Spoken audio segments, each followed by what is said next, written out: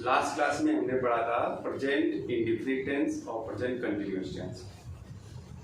Present indefinite tense, present continuous tense, present perfect tense, जितने भी tenses हैं उसमें बेसिक डिफरेंस जो है सिर्फ वर्ब का है।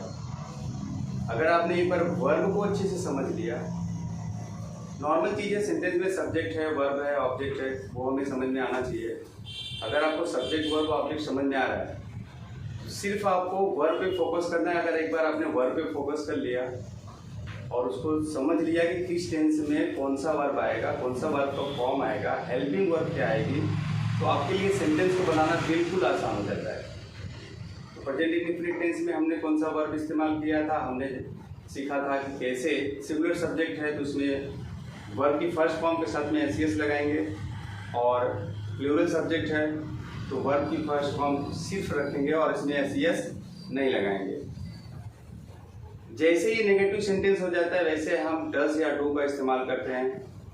सिंगुलर सब्जेक्ट साथ में डज, प्लूरल साथ में डू, और यही जो हेल्पिंग वर्ब हमने डज डू का इस्तेमाल किया वो फिर आगे जाके इंट्रोगेटिव में हेल्प करता है।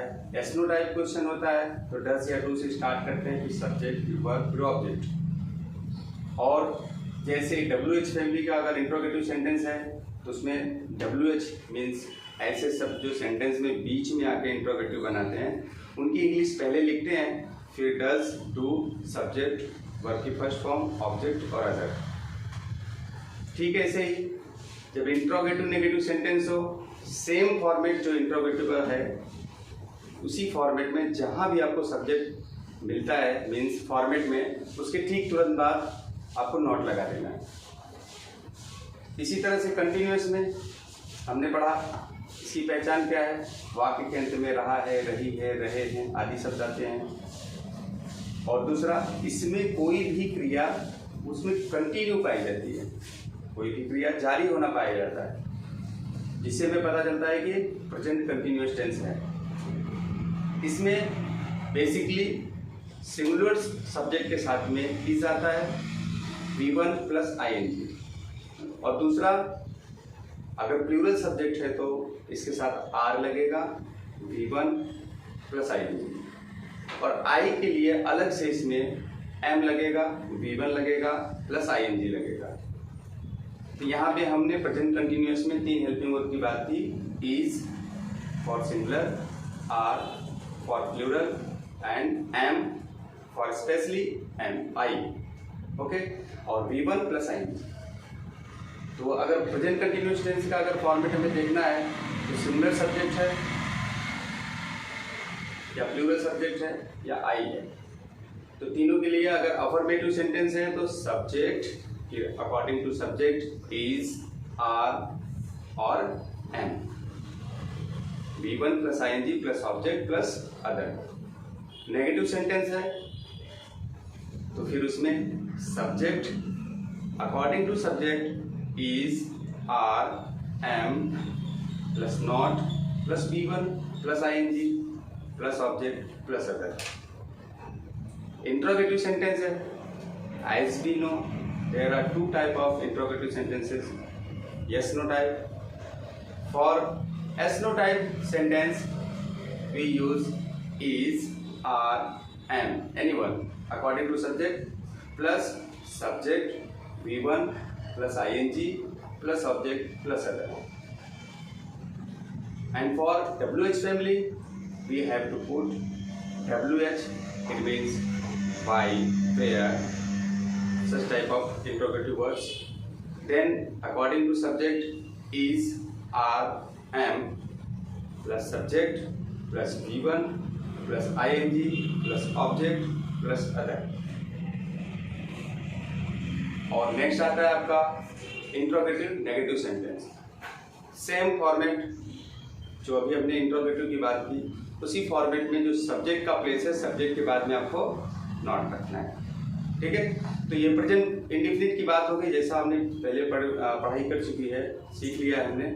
और फिर उसके बाद में कंटिन्यूअस, और अभी हम बात कर रहे हैं present perfect tense. Basically present perfect tense क्या होता है?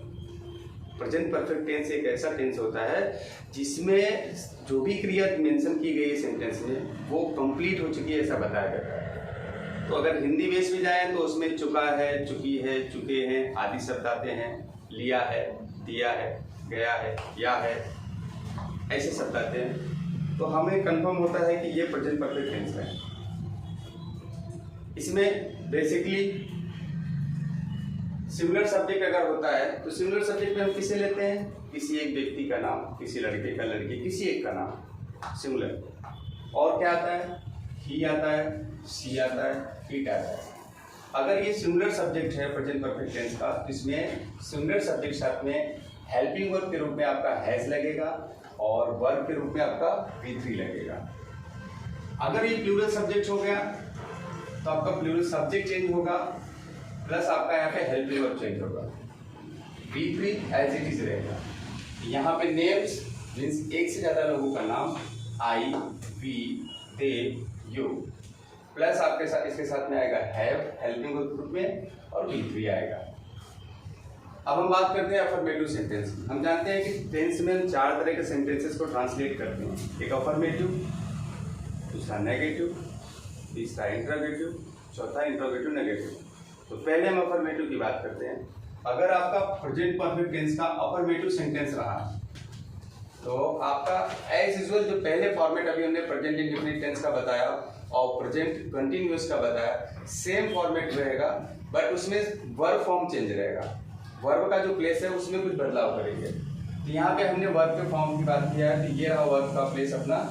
तो सब्जेक्ट एज इट इज पहले रहेगा और उसके बाद में हैज, हैव, फिर V3, फिर ऑब्जेक्ट, फिर अदर। अब एग्जांपल के लिए देख लेते हैं हम। जैसे यहाँ पे दिया राम बाजार जा चुका है, तो इसे ट्रांसलेशन आसानी से हो सके इसके लिए हम सबसे पहले क्या करेंगे? फाइंड आउट करेंगे कि इसमें वर्ब क्या है। इसमें कौन सा काम हो रहा है? जाने का। तो जाने का काम हो रहा है मीन्स ये आपका हो गया वर्ब। अब ये जाने का काम कौन कर रहा है? कौन क्रिया कर रहा है? ये कर रहा है सब्जेक्ट, ये मीन्स राम। राम जाने का क्रिया कर रहा है, तो राम के द्वारा जो क्रिया हो रही है उसका असर किस पे पड़ रहा है? किस पे पड़ रहा है? बाजार पे पड़ रहा है। ये बाजार आपका हो गया ऑब्जेक्ट। यहाँ पे हम सब्जेक्ट पहले लेंगे according to our format. Subject Ram, as we know subject is singular, यहाँ पे हम हैज यूज करेंगे। फिर वर्ब की थर्ड फॉर्म, जाने का क्या होता है? वो, तो वो का थर्ड फॉर्म होता है कौन। अभी ऑब्जेक्ट क्या है? Market, to market. यहाँ पे प्रीपोजिशन रखेंगे, फिर ऑब्जेक्ट लिखेंगे। अब अगर सब्जेक्ट आपका प्लूरल है वे, तो हम जानते हैं वे जो है प्लूरल में आता है, तो यहाँ पे लिखेंगे दे। अब अगर सब्जेक्ट हमारा प्लूरल हो गया तो अब हम हेल्पिंग वर्ब के रूप में क्या लेंगे? Have. They have and again आ चुका है, वर्ब हमारा है आ चुका है। तो आ चुका का कम, तो कम का थर्ड फॉर्म होता है come, came and again come, come came come. They have come Delhi से फ्रॉम,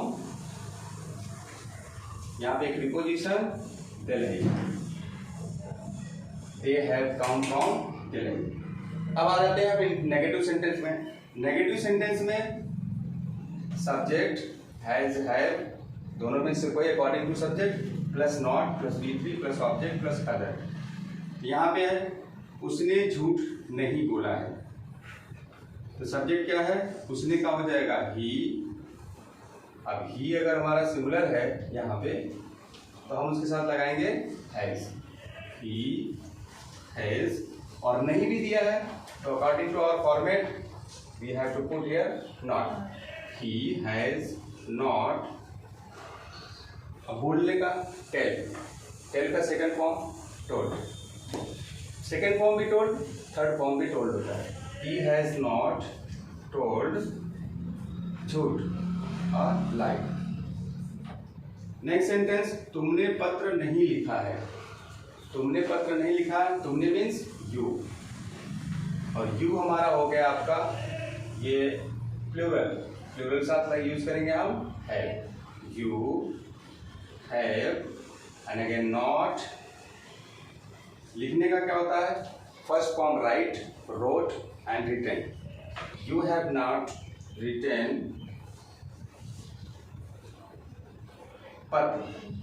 पत्र यहाँ पे मेंशन नहीं है कि एक पत्र या एक से अधिक पत्र, बट पत्र लिखा है, हिंदी में सिर्फ पत्र लिखा है, मतलब इंग्लिश में हम इसे अ लेटर लिखेंगे, रिटन अ लेटर। अभी हम बात करते हैं इंट्रोगेटिव सेंटेंस की। इंट्रोगेटिव में दो तरह के क्वेश्चन होते हैं, एक यस नो टाइप होता है, एक डब्ल्यूएस टाइप होता है। यस नो टाइप मीन्स ऐसा क्वेश्चन जिसमें सिर्फ आपको यस या नो में जवाब देना है। Yes no means who are you, आप कौन है। तो आप कौन है तो इसका जवाब सिर्फ यही होगा कि मैं लड़का हूँ या मैं लड़की हूँ या मैं कौन हूँ, बस सिंपल सा आपको जवाब देना होगा। नहीं, ऐसा नहीं है। अगर मैंने पूछा कि आप कौन हो तो आपको डिटेल में बताना पड़ेगा, इंट्रोड्यूस करना पड़ेगा। पर अगर मैं ऐसा पूछता हूँ कि क्या आप स्टूडेंट हो, तो आप सिर्फ इतना कहोगे यस या तो कहोगे नो। तो ऐसा क्वेश्चन जिसका जवाब सिर्फ यस नो हो तो उसे हम यस नो टाइप क्वेश्चन कहते हैं। और अगर ऐसा प्रश्न जिसका जवाब आपको डिटेल में देना पड़े तो डब्ल्यूएस टाइप क्वेश्चन कहा जाता है। यहाँ पे क्या हुआ, कपड़े धो चुका है। अब हिंदी सेंटेंस के अकॉर्डिंग देखें तो ये एक शब्द है जो इस पूरे वाक्य को इंट्रोगेटिव बना दे रहा है, सिर्फ एक ही शब्द, और वो सेंटेंस के पहले आ गया है। तो इससे भी हमें पता चलता है कि यस नो टाइप क्वेश्चन है ये। इसके लिए हम क्या करेंगे, सबसे पहले हम हैज या have according to subject use करेंगे। हमारा सब्जेक्ट है वह, तो यहाँ पे सिंगुलर सब्जेक्ट हम लेंगे इसे, क्योंकि वह के लिए सिंगुलर सब्जेक्ट मानते हैं उसे हम। तो हैज आएगा, तो पहले लिखेंगे हैज, फिर सब्जेक्ट आएगा ही। हम इस फॉर्मेट को फॉलो कर रहे हैं। हैज ही धोने का, वॉश्ड, अब बचा आपका ऑब्जेक्ट क्लॉथ्स। अब क्वेश्चन मार्क। क्वेश्चन मार्क बहुत नेसेसरी। अगर आप क्वेश्चन मार्क जो भी पंक्चुएशन से अगर आप यूज नहीं करते हैं तो सेंटेंस आपका रॉन्ग माना जाता है। दूसरा है आपका क्या तुमने यह पूरा किया है। ये भी आपका यस नो टाइप क्वेश्चन है, या फिर इसे आप यू कर सकते हो,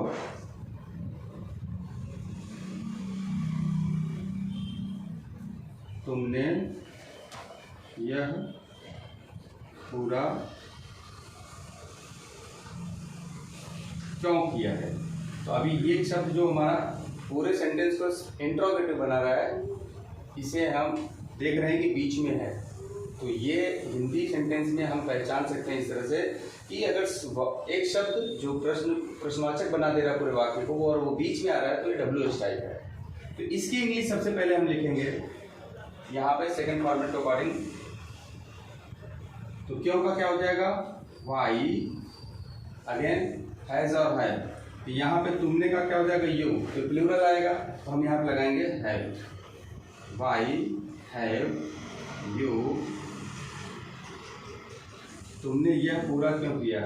वाई हैव यू, पूरा करने का होगा कंप्लीटेड दिस, क्वेश्चन मार्क। अब लास्ट वन जो फॉर्मेट है आपका वो इंट्रोगेटिव नेगेटिव है। अब जो भी इंट्रोगेटिव का फॉर्मेट है उसी फॉर्मेट को हमें फॉलो करना है, उसी तरह से यस नो टाइप का, उसी तरह से डब्ल्यूएस टाइप का। बस फर्क इतना है कि यहाँ पे जो सेंटेंस दिया है क्या हुआ, कपड़े नहीं धो चुका है। अगर ऐसा सेंटेंस हो तो क्या करेंगे, सेम फॉर्मेट को फॉलो करेंगे और सब्जेक्ट के बाद में यहाँ पे नॉट लगा देंगे। यहाँ पे हमने लिखा है put not after subject in interrogative format. तो जो इंट्रोगेटिव का फॉर्मेट है यस नो टाइप और डब्ल्यूएस टाइप, इसी फॉर्मेट को हम फॉलो करेंगे। और यहाँ पे जो सेंटेंस दिया है क्या हुआ, कपड़े धो चुका है, तो उसी को हम समझते हैं, ऐसा मान लेते हैं कि ये सेंटेंस कुछ इस तरह से है, क्या हुआ, कपड़े नहीं धो चुका है। तो हम यहाँ लिखेंगे has he not washed clothes.